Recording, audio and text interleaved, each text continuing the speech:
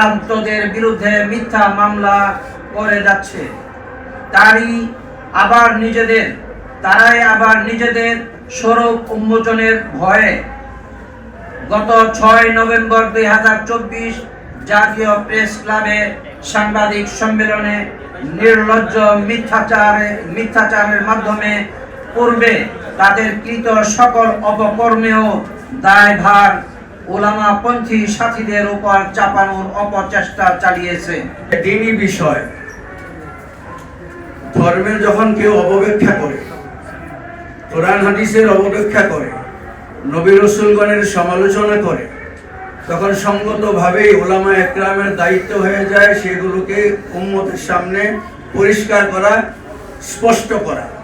সেই কাজটা আমাদের পক্ষ থেকে, সারা পৃথিবীর উলামা একরামের পক্ষ থেকে দীর্ঘদিন পর্যন্ত চালু ছিল। শেষ পর্যন্ত কোনোভাবেই যখন সাদ সাহেবকে বোঝানো গেল না, এমনকি এই প্রচেষ্টার অন্যতম আপনার রূপকার ছিলেন হযরত সাদ সাহেবের উস্তাদ মাওলানা ইয়াকুব সাহেব, হযরত সাদ সাহেবের উস্তাদ ইব্রাহিম দেওলা সাহেব। ইয়াকুব সাহেব মারা গেছেন, ইব্রাহিম দেওলা সাহেব এখনো জীবিত আছেন। ওনারা চেষ্টা করে ব্যর্থ হওয়ার পরেই ওনার থেকে পৃথক হইতে বাধ্য হয়েছেন। কাজেই এখন আর বসার একটাই পথ, আমরা তো আর হককে ছেড়ে দিতে পারবো না। সাহেব সাহেব আজকে যদি তওবা করে ফিরে আসেন, কালকে আমাদের বিরোধ মিটে যাবে।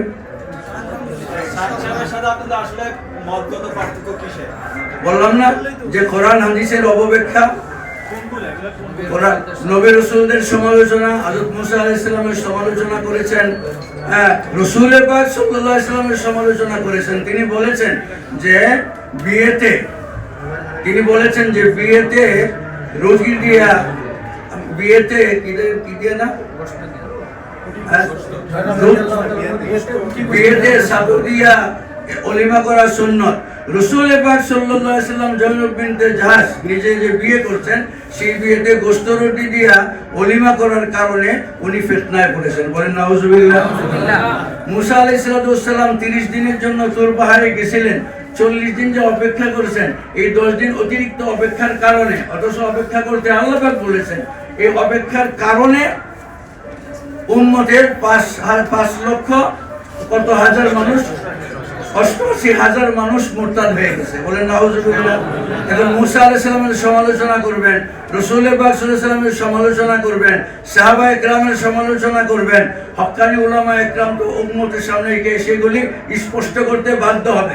ওনার এই তাকরীরগুলো, ওনার এই বক্তব্যগুলোকে নিয়ে যখন দারুল দেওবন্দে যাওয়া হয়েছে, তখন দারুল দেওবন্দের ফতোয়া বিভাগ থেকে ওনার বিরুদ্ধে যে ফতোয়া দেওয়া হয়েছে যে উনি সত্য থেকে বিচলিত হয়ে যাচ্ছেন, সেই ফতোয়াটা এখনো অব্যাহত আছে। ওনারা যে ঘোলা পানিতে মাছ শিকার করার জন্য বলছেন, যে তকি উসমানী সাহেব আর আরশাদ মাদানী সাহেব, পাকিস্তানের তকি উসমানী সাহেব আর ভারতের আরশাদ মাদানী সাহেব, এই দুইজন যদি বসে ফয়সালা করে ওনারা মেনে নেবেন, ওনাদের ফয়সালা স্পষ্ট আছে জাতির সামনে। তকি উসমানী সাহেব বলছেন যে উনি যদি আজকে তওবা করে, কালকেই বিবাদ মিটে যাবে। এটা আমাদের ঘোষণা। শোনেন, বক্তব্যের মধ্যে অনেকে অনেক কিছু বলে যান। আমাদের ঘোষণা হলো যে আমরা এই সরকারকে অস্থিতিশীল করার জন্য সাতপন্থীরা ব্যস্ত। পিছনের সরকারকে সাথে নিয়ে এরা আমাদেরকে বলছে যে পাকিস্তানি, আমাদেরকে বলছে হেফাজতি, এই হযরত মাওলানা জুবায়ের হাসান সাহেবকে বলছে যে এরা পাকিস্তানি। আমরাই বর্তমান তৎকালীন জমানার আওয়ামী লীগ সরকারের দোসর হয়ে তারা সুবিধা নিয়েছে। এখন আমরা বলেছি, আমাদের এই বক্তব্যের মধ্যে ছিল যে এই সরকারকে যে অস্থিতিশীল করতে চায়, আমরা যেইভাবে 88 জন আলেম ওলামার শাহাদাতের বিনিময়ে আমরা এই সরকারকে এনেছি, তেমনি ভাবে আমরা রক্ত দিয়ে হলো এই সরকারকে আমরা রক্ষা করব। যে গোমরা, এই ব্যাপারে কোনো সন্দেহ নাই। সেটা যদি আপনারা যাচাই করতে চান, আমরা যেইভাবে বলেন সেভাবে আপনাকে এটাকে প্রমাণ করে দিতে পারবো ইনশাআল্লাহ। বাকি আমাদের বাংলাদেশে যারা সাতপন্থী অনুসারী আছে, ওনাদের প্রতি আমাদের আবেদন যে আপনারা তো বাংলাদেশি, আমাদের দেশের। সাদ সাহেব ইন্ডিয়ার একজন বিতর্কিত ব্যক্তি। আপনারা যদি ওনাকে ছেড়ে দিতে পারেন, যতক্ষণ না উনি তওবা না করবে, যতক্ষণ না উনি দ্বীনের লাইনে ফিরে না আসবে, আপনারা যদি ওনাকে আজকেই ঘোষণা দিয়ে ওনাকে ত্যাগ করেন, আমরা আপনাদের সাথে বসার জন্য রাজি আছি। আপনারা আপনাদের সাথে কাঁধে কাঁধ মিলিয়ে তাবলীগ করার জন্য রাজি আছি।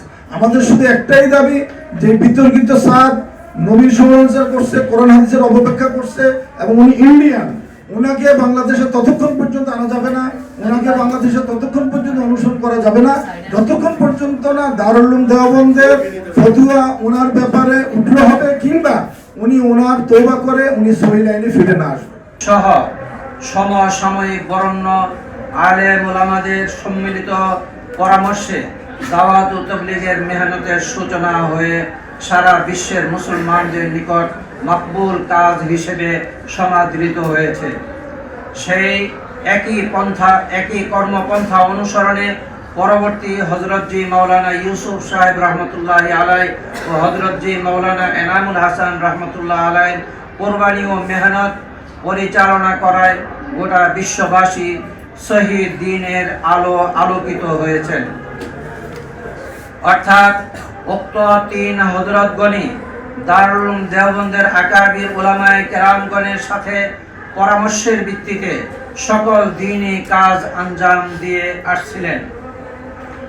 কিন্তু দুঃখজনক হলেও সত্য যে বিগত কয়েক বছর যাবৎ দাওয়াত ও তাবলীগের তৎকালীন বিশ্ব মার্কাজ দিল্লির নিজামুদ্দিনের জনাব মাওলানা সাদ সাহেব নিজেকে স্বঘোষিত আমির ঘোষণা দিয়ে পরবর্তীতে দাওয়াত ও তাবলীগের শীর্ষস্থানীয় মুরব্বীগণ দারুল উলুম দেওবন্দের উলামায়ে কেরাম নিজের উস্তাদগণের এমনকি পিতার উস্তাদগণের বিরুদ্ধাচরণ করে পবিত্র কুরআন ও সুন্নাহর বিরোধী মন গড়া অপব্যাখ্যা দিয়ে নবী রাসূল সাল্লাল্লাহু আলাইহি ওয়াসাল্লাম ও সাহাবায়ে কেরামগণের শানে মিথ্যা বেয়াদবিমূলক বয়ান ও বক্তব্য প্রদান করেই যাচ্ছেন।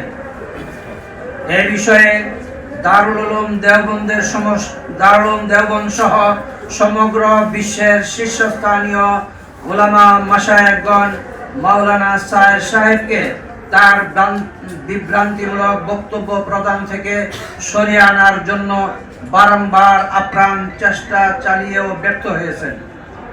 তিনি দারুল উলুম দেওবন্দের ফতোয়াকে উপেক্ষা করে কোনো ভিনদেশী ষড়যন্ত্রকে বাস্তবায়নের অপচেষ্টা করে যাচ্ছেন।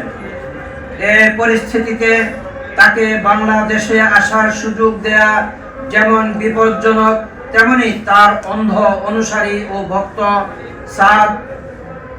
সাদপন্থীদের কাকরাইল মসজিদ ও টঙ্গী ইজতেমা ময়দানের জন্য সুযোগ দেওয়া কোনোভাবেই নিরাপদ নয়। কারণ 2018 সালের 1 ডিসেম্বর টঙ্গী ইজতেমা ময়দানে তাবলীগের জুনের প্রস্তুতিমূলক কাজে অংশগ্রহণকারী দাওয়াত ও তাবলীগের সাথী ও মাদ্রাসার নিরীহ ছাত্র ও শিক্ষক ও ছাত্রদের উপর হত্যার উদ্দেশ্যে সাদপন্থীরা নৃশংস হামলা চালিয়েছে এবং 2 জন তাবলীগের সাথী তাদের হামলায় মৃত্যুবরণ করেন। শুধু তাই নয়, শত শত ছাত্র শিক্ষক সাথী মাথা হাত পায়ে মারা